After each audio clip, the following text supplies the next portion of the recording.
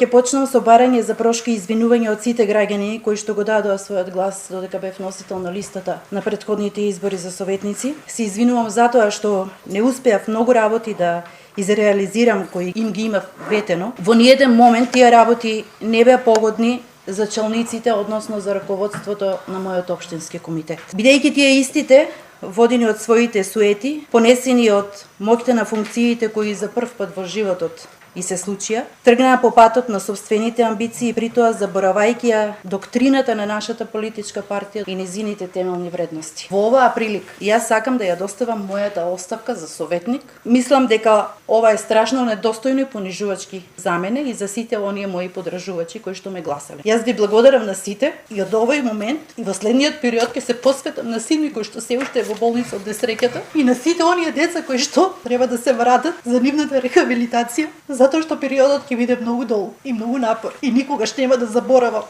дека сите идеали на овој свет не се вредни колку што е солзата на едно дете.